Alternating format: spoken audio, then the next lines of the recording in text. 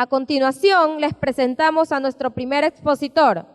Se trata de José Villalba, superintendente antimonopolio de Venezuela. Es antropólogo egresado de la Universidad Central de Venezuela con estudios de posgrado en transporte urbano y estadística aplicada.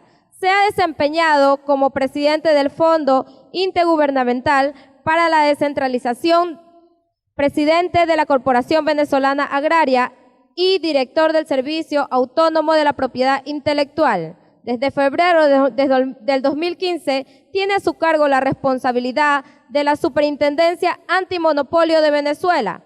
Su labor en el ámbito académico es reconocida en el ámbito de los estudios de Medio Oriente, con varias conferencias, trabajos de investigación y libros publicados en su haber. Hoy nos presenta el tema: el papel de las autoridades de competencias en el mejoramiento de la cadena agroalimentaria en los países. Bienvenidos, un aplauso. Reciban todos y todas un saludo bolivariano y un saludo revolucionario del pueblo de Venezuela y de nuestro gobierno, liderado por el compañero Nicolás Maduro Moros. No podemos empezar la disertación sin agradecer enormemente a la Superintendencia de Control del Poder de Mercado la invitación a estar aquí con ustedes y a poder compartir con ustedes algunas realidades de lo que está ocurriendo en Venezuela en estos momentos. Mucha gente nos ha abordado en la calle, nos ha abordado aquí mismo en este taller preguntándonos sobre la situación en Venezuela, con una preocupación legítima de hermanos bolivarianos, de hermanos latinoamericanos acerca de la situación del pueblo venezolano. Y frente a esa inquietud hemos decidido centrar nuestra disertación en este importante evento en estos elementos desde la perspectiva del tema de la competencia. La lámina no se ve muy bien, pero es un pequeño mapa gráfico de cómo la enorme cantidad de productos que demandan nuestros pueblos para vivir finalmente se concentra en un pequeño grupo de empresas que controlan la producción, la distribución de las cosas que consumimos cotidianamente. En el caso venezolano estamos hablando de un pequeño grupo de 6 empresas, todas empresas extranjeras y transnacionales, que finalmente son las que suministran buena parte del consumo calórico que los venezolanos consumimos y son las que controlan estos rubros. Estas empresas, incluso algunas de ellas ya están en proceso de fusión. Cuando hablamos de Kraft y Heinz, está Nestlé, Monaca, Cargill y Empresas Polar.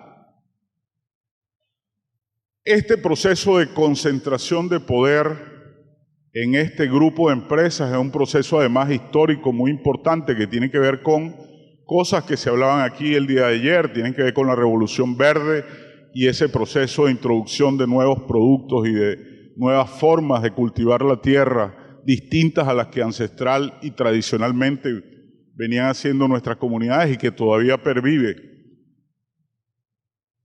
Un ejemplo y que altera además nuestros patrones de consumo, que es otra cosa importante que vamos a ver que efectivamente han tenido una incidencia importante en que estas empresas puedan tener el poder de mercado que tienen. En Venezuela, como en el resto de Latinoamérica, les voy a poner un ejemplo, el arroz es un cultivo de introducción reciente. Muchos de nosotros en Venezuela y aquí en Ecuador no nos imaginamos un almuerzo sin arroz, ¿verdad? Pero resulta que hace 60 años nuestros padres, nuestros abuelos, lo hacían, vivían sin arroz. El arroz tiene 60 años apenas en nuestros platos, en nuestros campos, ¿no? Formó parte de un paquete tecnológico que se nos impuso. Y hoy día el arroz forma parte del plato tradicional venezolano, que es el pabellón criollo. Y aquí, bueno, lo hemos probado en múltiples formas, en la minestra, por ejemplo, que creo que es un plato también bien tradicional en el Ecuador. Ese desplazamiento del consumo, por ejemplo, en el caso venezolano, de tubérculos tradicionales a otras formas de carbohidratos, como el caso del arroz o la pasta, que también es de alto consumo en Venezuela, o en el caso del pan de trigo, en nuestros países es muy poco. En Venezuela no se produce trigo, pero el consumo de trigo es enorme, ¿no? Entiendo que aquí en el Ecuador hay alguna producción de trigo, pero que no es tan importante. Sin embargo, el consumo de trigo es importante. Y lo hacemos a costa de importaciones. Entonces, el problema de la competencia no es solamente un problema de producción, distribución, también es un problema de consumo, de valorización de lo que consumimos, de valorización de nuestras propias tradiciones gastronómicas y de nuestra forma de consumir. Y eso es importante, y en el caso nuestro en Venezuela veremos que en el marco del proceso que se ha dado en llamar la guerra económica, ha sido un recurso, ha sido un arma que nuestros pueblos han utilizado para combatir ese proceso. La vuelta a los patrones de consumo ancestrales, la vuelta a una serie de productos cuya base productiva además no está en las grandes plantaciones, sino que está en la pequeña agricultura familiar, indígena, campesina, que sobrevive en nuestro país. Aquí queríamos mostrarles de manera un poco jocosa la situación de cómo se ha venido gestando el proceso de guerra económica. Son famosas las telenovelas venezolanas, ¿verdad? Bueno, esto es una telenovela venezolana, quizás de las peores, pero bueno. Hubo un primer momento, desde el momento en que el comandante Chávez ganó por primera vez unas elecciones en Venezuela, en que la burguesía coqueteó con Chávez. La burguesía se acercó a Chávez y le ofreció villas y castillas, y trató de seducirlo de alguna manera. Ese proceso, como todos saben, fue infructuoso, no se dio, Chávez no se enamoró, ¿no? Y eso generó entonces, en un segundo capítulo, el despecho absoluto de la burguesía y un intento de abuso en contra de la revolución, que fue el golpe de Estado del 2002, el paro petrolero que se dio en aquel momento, y un paro económico patronal que se impuso en ese momento a través de la central patronal más importante del país y que devino en el golpe de Estado del 2002, donde Fedecámaras, que es la patronal más importante de Venezuela, a través de su presidente, tomó la presidencia de la República por un día, ¿no? Posteriormente, bueno, hubo como nuevos escarceos, pequeñas confrontaciones que se expresaron en distintos momentos, el intento de revocatorio del mandato del presidente que se hizo en el 2004, elecciones parlamentarias en el 2005 y la reforma constitucional del 2007, que fue unas elecciones que perdimos en Venezuela y en el cual el gobierno y el comandante dieron muestras fehacientes de su disposición a seguir las reglas del juego democrático y reconoció gallardamente la derrota en ese momento. Posteriormente, en tiempos más recientes, entonces estamos en la época, en el capítulo que pudiéramos llamar la revancha, donde se está intentando nuevamente la toma del poder por parte de los sectores económicos y donde se han implementado entonces una serie de estrategias que buscan desde lo económico, desde lo productivo y jugando con la alimentación y el derecho a la salud y el derecho a la alimentación de nuestro pueblo, generar una situación tal que les permita volver a tomar el poder. Esta novela continuará, por supuesto, y se están dando acciones, reacciones y toda una serie de estrategias en el plano de lo político, de lo social, de lo cultural, del cual, bueno, todos y todas formamos parte. ¿Cuáles son las variantes estratégicas entre el paro, por ejemplo, el paro petrolero y el paro económico que se dio en el año 2002 y la situación que vivimos hoy día? Las diferencias son muchas. En la situación que vivimos hoy día, a diferencia del paro, no hay caras visibles. En el paro petrolero y el paro económico que se dio en los años, a inicio del presente siglo, la dirigencia opositora se peleaba porque su cara apareciera en los medios y en los distintos espacios. En este momento nadie da la cara. Las empresas están actuando, algunas de manera directa en el mercado, pero sin caras visibles a las cuales la población pueda reclamar y pueda identificar como responsables de la actividad. La paralización absoluta de la actividad económica fue la estrategia en aquel entonces. Esto generó divisiones importantes en sectores empresariales que pretendían mantener su razón de ser, que es la ganancia, mantener la actividad.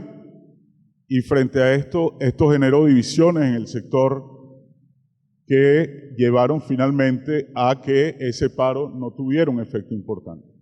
Pero en general podemos decir que en aquel momento aplicaron una estrategia de guerra de posiciones, de guerra frontal, desconocimiento del Estado y paro hasta que Chávez se vaya, era la consigna. En este momento están aplicando tácticas variables, están aplicando cambios de posiciones, están aplicando no dar la cara directamente, están aplicando lo que en general se conoce como estrategia de guerra de guerrillas. Están variando posiciones todos los días. Como sabemos, además, estas son tácticas que, si bien nacen de lo militar, se estudian y se aplican también en materia comercial y en materia productiva y en materia empresarial. Sigamos. Aquí vamos a hablar de algunas cosas que están ocurriendo. No vamos a mencionar todo el abanico de estrategias y de variaciones que han ido surgiendo a lo largo de este proceso de guerra económica. Vamos a mencionar algunos nada más para que se hagan una idea de la amplitud de este abanico y de las dificultades que hemos tenido para confrontarlo de manera adecuada. Primero, hay tácticas de producción e importación. En Venezuela, buena parte de los elementos que consumimos son importados, son de origen importado. Esto es así, dada una estructura de producción, una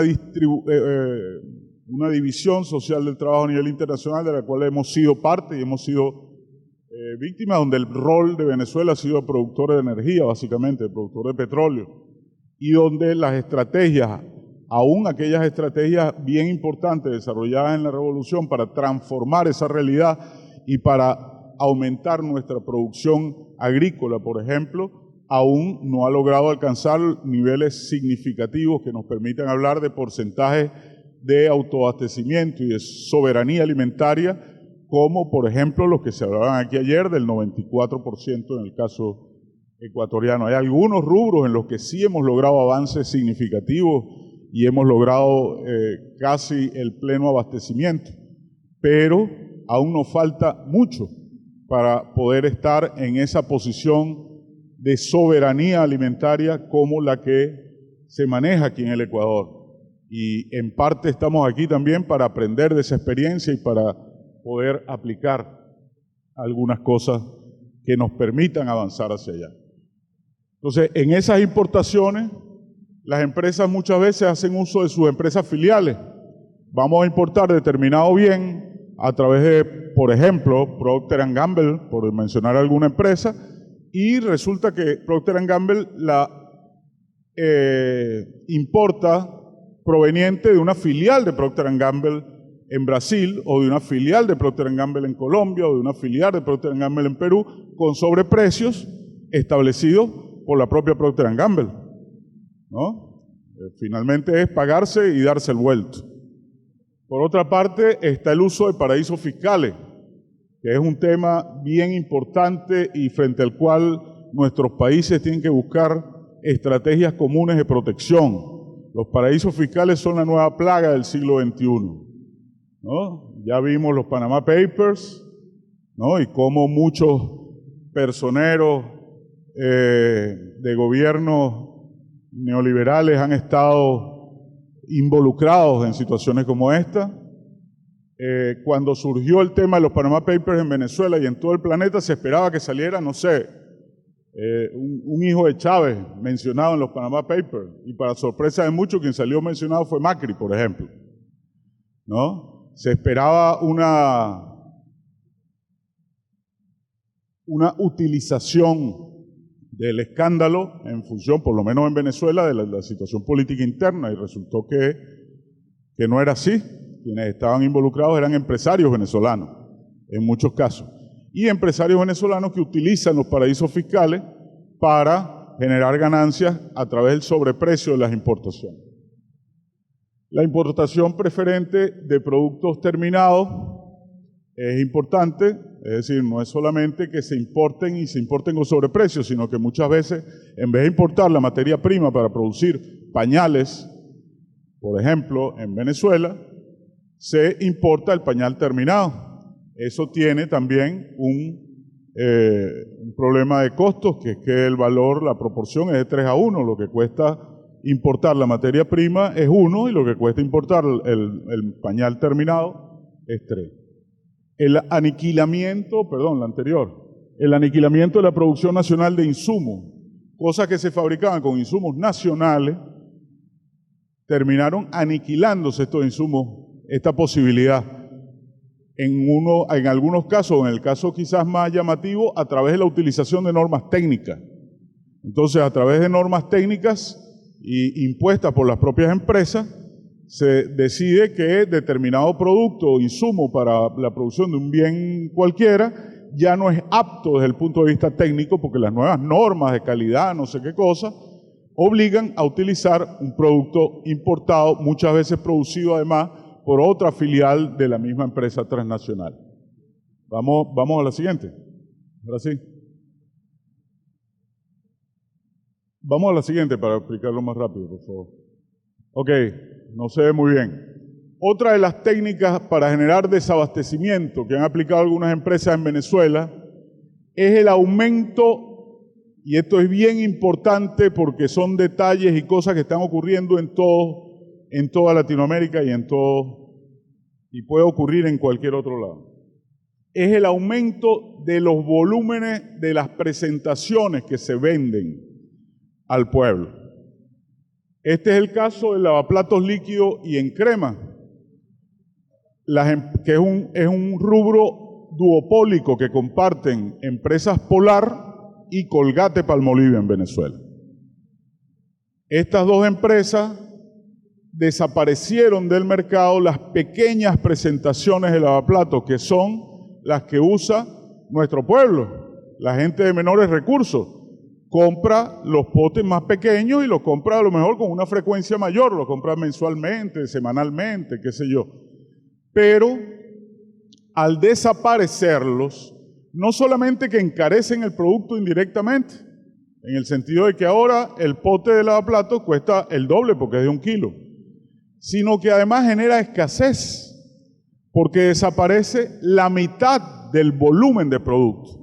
Así, en el año 2012, por ejemplo, con una producción de 35.000 toneladas de producto, una producción bruta de 35.000 toneladas de producto, se ponían a disposición del público 72 millones de unidades de producto. Es decir, al mercado salían 72 potecitos que podíamos comprar.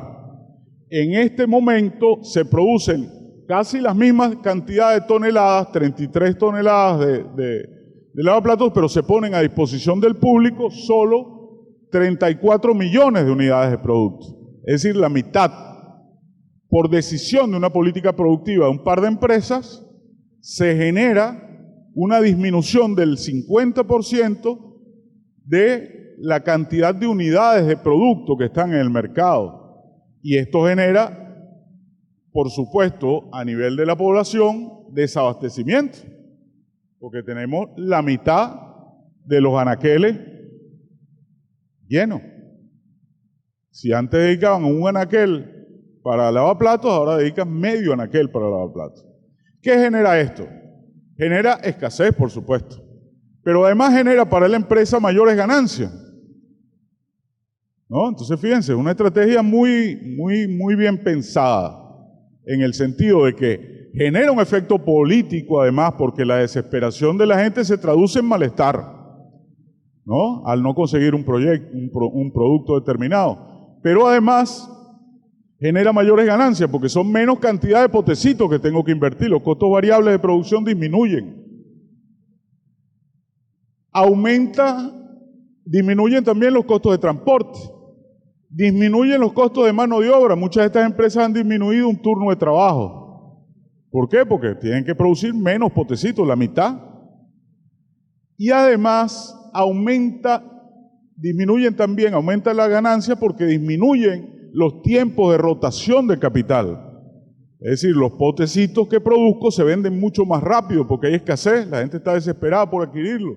Si un producto antes permanecía en stock esperando la venta una semana, 2 semanas, un mes, ahorita desaparecen al momento que llegan. Y ese retorno de capital más rápido incrementa la ganancia e incrementa la acumulación. Entonces, como vemos, es una estrategia muy bien pensada que no solamente genera un efecto político y genera un efecto social, sino que también incrementa la utilidad de las empresas. Muchas de estas empresas con estas políticas sugerentes han sido acreedores de premios de sus casas matrices por el aumento en las utilidades de las mismas empresas. Vamos a la siguiente. Sigue, por favor. ¿Qué pasó aquí? Una censura de Microsoft, a lo mejor. Bueno, fíjate, hay varios ejemplos aquí que es importante mencionar. En el caso del Bolívar Cúcuta, este es un tema también importante que forma parte de la guerra económica. El Bolívar Cúcuta y esto es importante decirlo porque Ecuador también es fronterizo con Colombia. Hay una resolución del Banco Central colombiano que permite que mientras el Banco Central de Colombia tiene una tasa de cambio oficial, ¿verdad?, establecida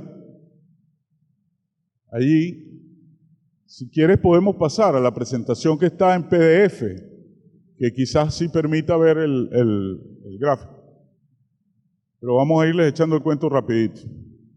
La tasa de cambio oficial de bolívares por dólar en determinado momento, hace un par de meses, era de 168 pesos por bolívar, establecido por el Banco Colombiano. Sin embargo, una resolución del banco permite que en las zonas de frontera, y no dice, y lo digo así, no dice en las zonas de frontera con Venezuela, ¿no?, sino en las zonas de frontera, se pueden establecer tasas distintas a través de una figura que ellos crearon allí que se llama los profesionales cambistas. Entonces, mientras la tasa oficial del banco era de 168 pesos por bolívar, la tasa en la frontera, en Cúcuta, era de 6 pesos por bolívar.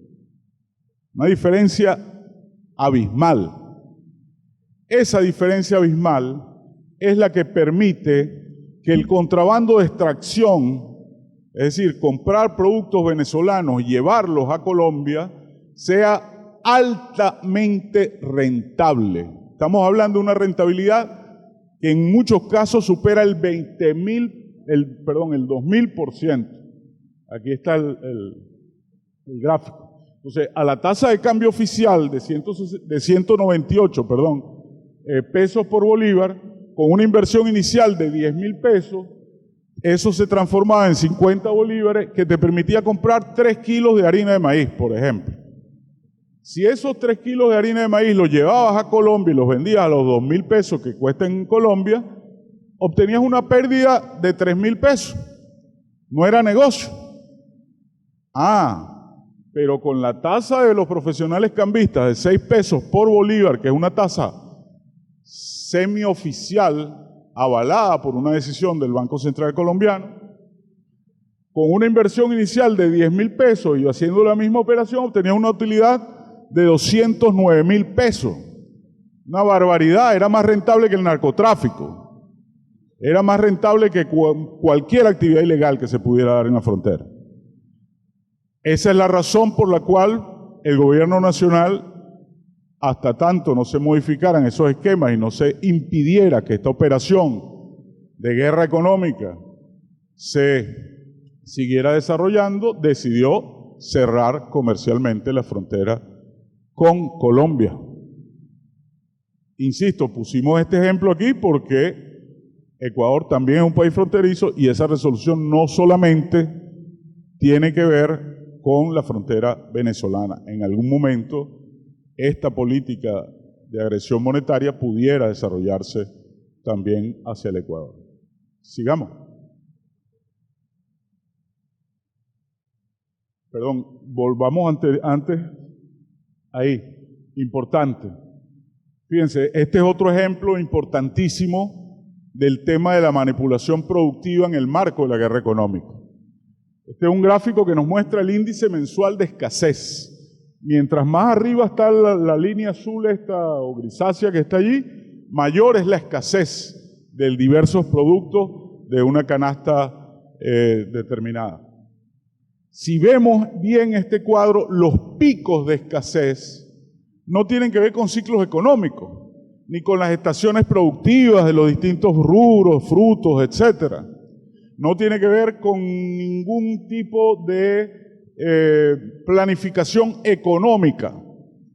Tiene que ver con planificación política, ¿no? Los momentos más duros de escasez en Venezuela fueron el paro general, por supuesto, del 2002. Era un paro general, estaba parado todo, o casi todo. Las elecciones regionales del año 2007, que fue un momento político importantísimo, porque la oposición pretendía ganar avasallando en ese momento y poder darle un golpe importante a la revolución. Afortunadamente no ocurrió, pero en ese momento hubo una escasez importantísima. Y el otro momento importante fue en los últimos meses de vida del comandante Chávez, ¿no? Entre diciembre y febrero y marzo del año 2013.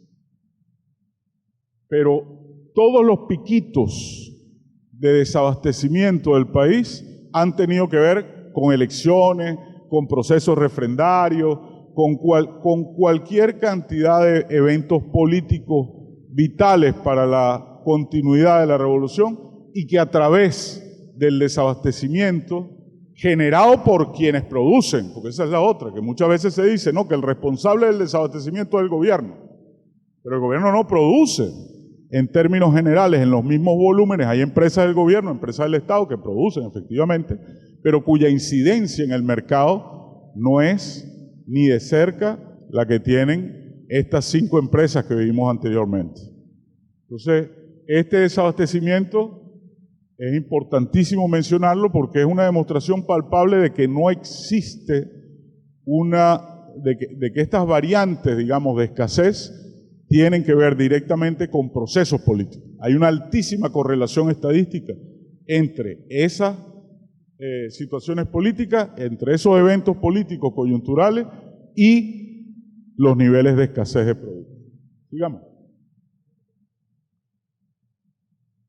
Bueno, frente a esta situación, el gobierno nacional ha implementado una serie de estrategias y el pueblo venezolano también ha desarrollado estrategias en paralelo, conjuntamente, y aprendiendo unos de otros. Por una parte, explicar claramente y con detalle cada uno de los elementos que tiene que ver con la guerra económica. Eso sí, una constante, un esfuerzo constante, más feliz o menos feliz. Asumir autocríticamente los errores, que es otra cosa. Es decir, muchas de estas cosas que están pasando están apuntaladas desde errores, debilidades del propio Estado, que definitivamente tenemos que corregir. Y es importantísimo decirlo también, tratar de buscar soluciones que sean soluciones de verdad, que permitan avanzar en lo estratégico. Y en nuestra perspectiva, lo estratégico es profundizar el socialismo, de hacer nuevas estructuras de distribución, consumo y producción que permitan que estas situaciones no se repitan. Es decir, que las salidas no sean soluciones a la coyuntura, sino que sean soluciones estructurales que impidan que en el futuro vuelvan a ocurrir situaciones como esta. Siguiente. Una de estas medidas estratégicas es la creación de los CLAP. No sé si han oído hablar de esto. Son los comités locales de abastecimiento y producción. Pudiera ser el equivalente a los comités de usuarios, quizás, que existen aquí. Pero los CLAP tienen funciones más allá de la vigilancia del mercado. Tienen funciones de distribución, tienen funciones de producción, ¿no? Y están en todas en las zonas urbanas, básicamente consumidoras, pero también en las zonas rurales, básicamente productoras de alimentos. ¿Qué permite esto? Permite, entre otras cosas, por ejemplo, el intercambio directo, ¿no? La comercialización directa de zonas productoras a zonas consumidoras sin intermediario. Y esto ha permitido el abaratamiento de costos y esto ha permitido toda una serie de situaciones que son beneficiosas tanto para la pequeña agricultura familiar como para los habitantes de nuestras ciudades. ¿Por qué? Primero, ha permitido que muchas de las áreas consumidoras no solamente que se beneficien de la producción, sino que incluso contribuyan al financiamiento de la producción agrícola, ¿no? A través de formas de ahorro que permiten financiar al productor local y cuya producción en todo caso queda comprometida a ser distribuida en esas comunidades. En general, se trata del rescate de una consigna lanzada por el comandante Chávez en una de sus últimas alocuciones, que fue Comuna o Nada, a través de un programa que se llamaba de una reunión que se tituló Golpe de Timón. Comuna o Nada significa trasladar y transferir el poder real a las comunas, a las organizaciones sociales organizadas a nivel local. Sigamos la siguiente, por favor.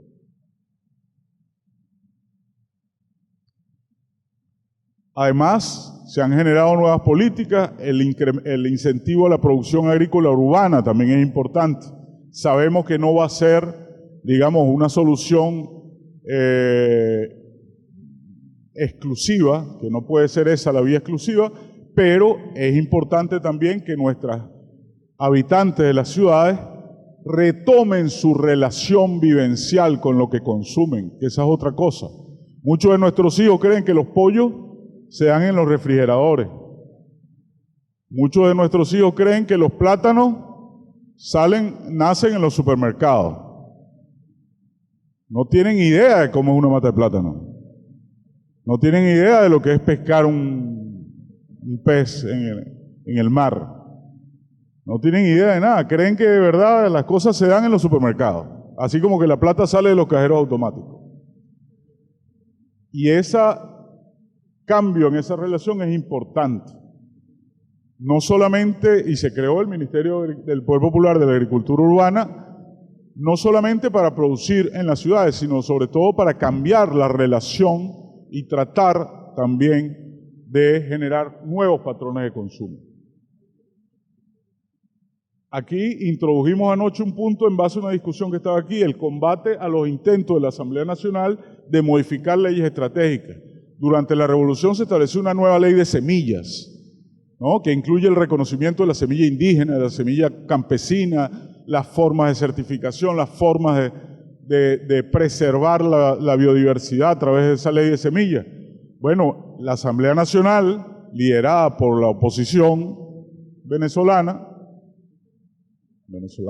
si es que se pueden llamar así, una de sus primeras tareas ha sido bombardear la ley de semillas y generar una nueva propuesta de ley de semillas para que veamos la importancia del tema, ¿no? La Asamblea Nacional, que intenta derrocar al gobierno, que intenta tomar el poder, una de sus primeras leyes que están revisando es la ley de semillas. Ojo a los defensores del tema de las semillas aquí, ¿no? Ojo, porque no es un tema cualquiera, es un tema estratégico. Y como es un tema estratégico, es un tema de debate en este momento en Venezuela. El apuntalamiento de nuevas experiencias populares de producción, financiamiento y distribución. Esto es importante, porque en la medida en que la agroindustria concentrada, monopolista en Venezuela, pretendió ahogar al pueblo venezolano a través de su alimentación, el pueblo venezolano, ¿qué hizo? Como estrategia colectiva, cultural, inconsciente incluso, volvió a sus patrones de consumo previos a la imposición del modelo agroindustrial. ¿Qué hizo el pueblo venezolano? Empezó a consumir tubérculos otra vez, que era la forma básica de la dieta de la primera mitad del siglo XX, antes de que se generara el boom agroindustrial. Nuestra dieta estaba basada en tubérculos, yuca, ocumo, plátano, papa, etc. Era la dieta de nuestros abuelos, eso y carne, y frijol y otras cosas. En el momento en que se apretó el tema de la agroindustria, la demanda de frijol, ñame, ocumo, etcétera, se incrementó de manera importante. Y estas mismas agroindustrias que controlan los mecanismos de distribución de todos estos productos, entonces empezaron a apretar también a esos productos que estaban siendo la solución para muchas familias venezolanas. Y que además, y esto es importantísimo, tienen su base fundamental en la pequeña agricultura familiar y campesina, que ha sido la fuente de resistencia fundamental en esta guerra económica. De ahí que el esfuerzo que se está haciendo en este momento es en la generación, a través de los CLAP, de nuevos mecanismos de distribución y consumo para romper con ese dominio que mantiene la agroindustria en los canales de distribución. Entonces, es importante que veamos también que los patrones de consumo, lo que comemos, lo que producimos, también es terreno de disputa. No es solamente la producción, no es solamente la semilla, no es solamente el uso de los agrotóxicos o el uso de determinados productos, es también el tema de lo que consumimos y la defensa de nuestras tradiciones gastronómicas y de nuestras tradiciones culturales. Por último, bueno, quería comentarles que para nosotros es importantísimo compartir esta información, porque lo que nos están haciendo a nosotros, lo que les han hecho a ustedes, nos lo están aplicando a nosotros, y lo que nos están haciendo a nosotros en algún momento pueden aplicarlo aquí y en cualquier otro país donde se pretenda reivindicar principios bolivarianos y principios fundamentales y derechos fundamentales de los pueblos, como es el derecho a la soberanía y el derecho a la autodeterminación. Entonces, bueno, en principio, muchas gracias y espero que hayamos podido compartir.